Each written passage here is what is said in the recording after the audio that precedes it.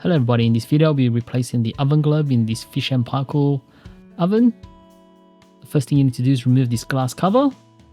I just used my fingertips and wished my fingertips to the side. I'm replacing it with this Mirabella globe. It's a T22 clear.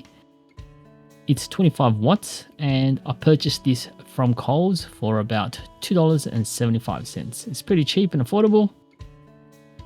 It's designed for ovens, so it supports 300 degrees Celsius. It can also be used in fridges as well, but I decided to use this one because it supports the oven. And then you just need to slightly push it in and you got to turn it clockwise. So righty-tighty. Just make sure it's tight and secured, just like that. Now test it before you put the cover, make sure it works. So let's see, I'm just going to turn on the oven. Yep, that works. Now you just need to put the cover back on and you're all done. I hope this video helped. If you did, please give it a like, subscribe to the channel and hit that bell notification. I'll see you next time.